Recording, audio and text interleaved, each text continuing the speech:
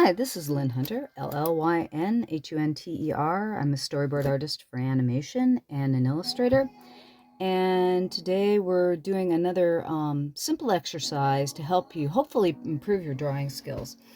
One of the things I'm going to talk about today is everything we draw is made up of basically simple shapes, usually squares or rectangles, circles,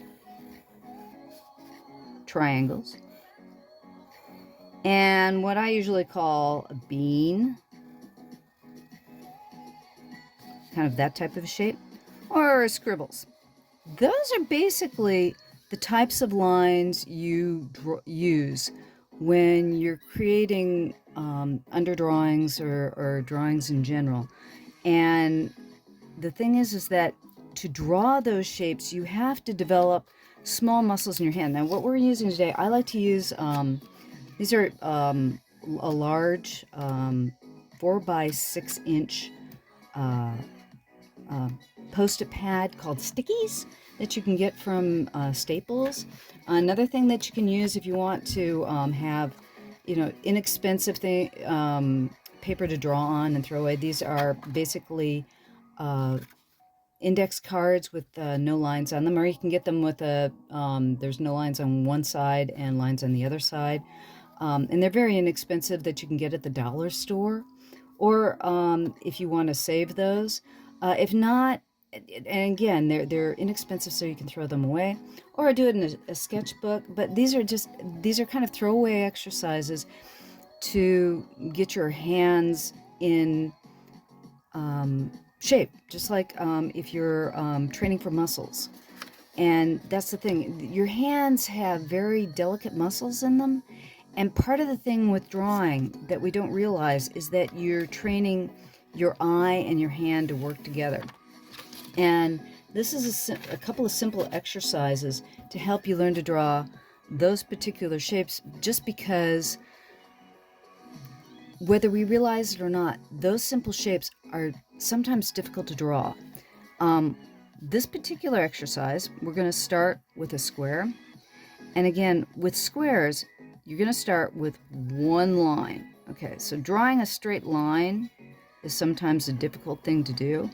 So what you might want to do is you're going to draw just a couple straight lines, one next to another. And sometimes it's difficult to get this distance here and here, and this distance here and here equal, so that you want to try to draw just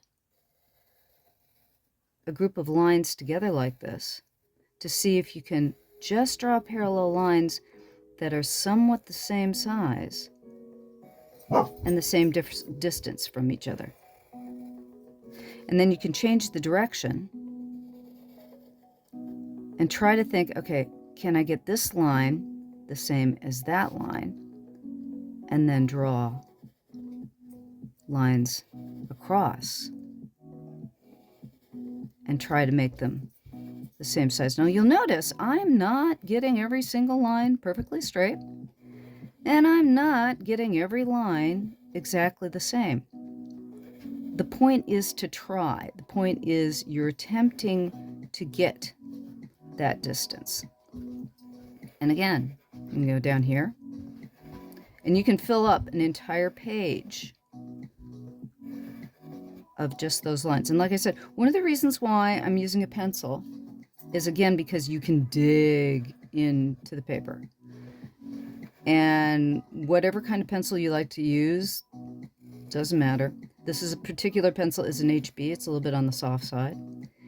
But the whole point is that you're trying to draw your lines relatively straight, relatively the same distance. I mean, look at there. Look at that distance. That's not quite right.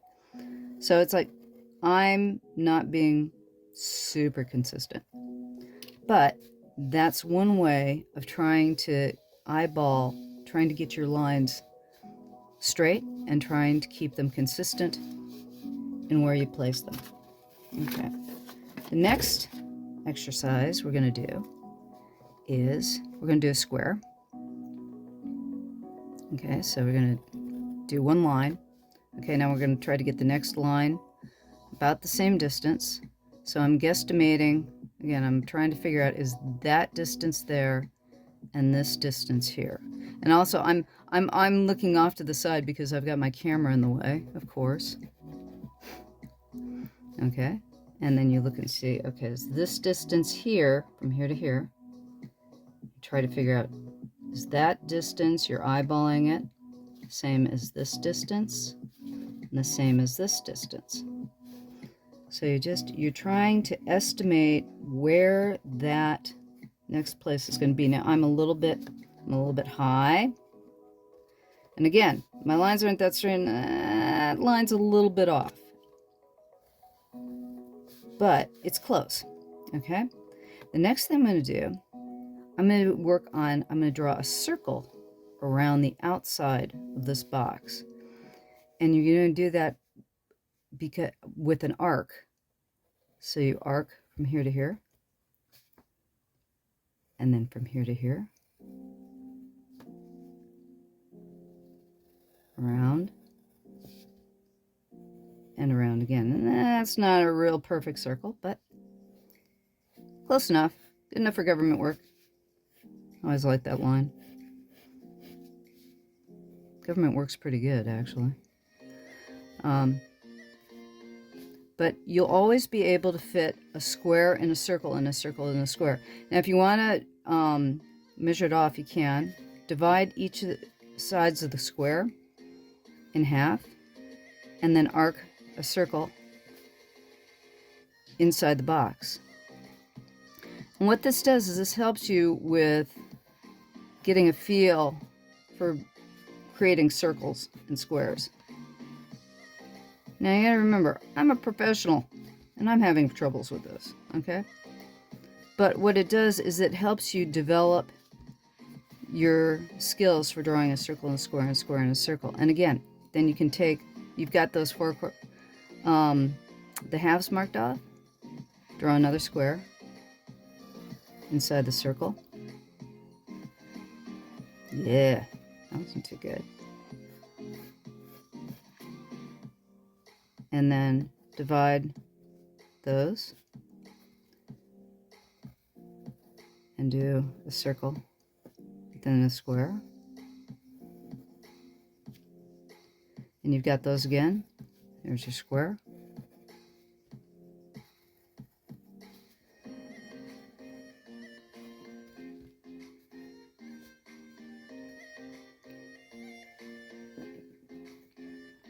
And what this does, this is basically a way of teaching you again how to look for halving, so you can visually decide on a halfway point, as well as drawing circles and squares.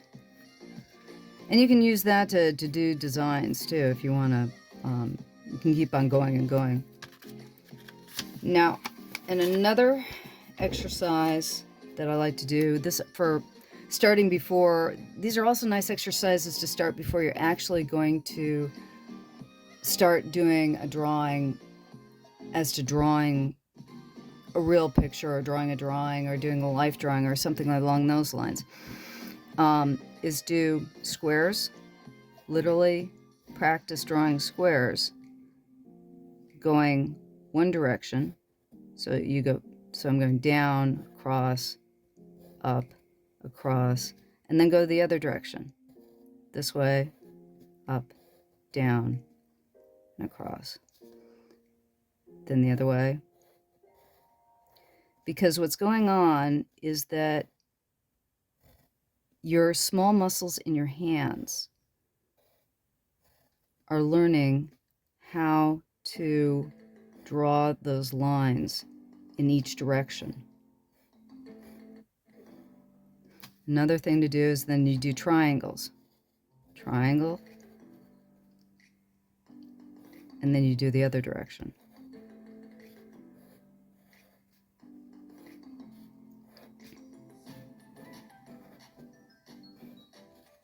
And this is kind of like a doodling exercise. And if you want to, I mean, use it to make borders on stationery or something. But it's one way to get your hands and your eyes to work together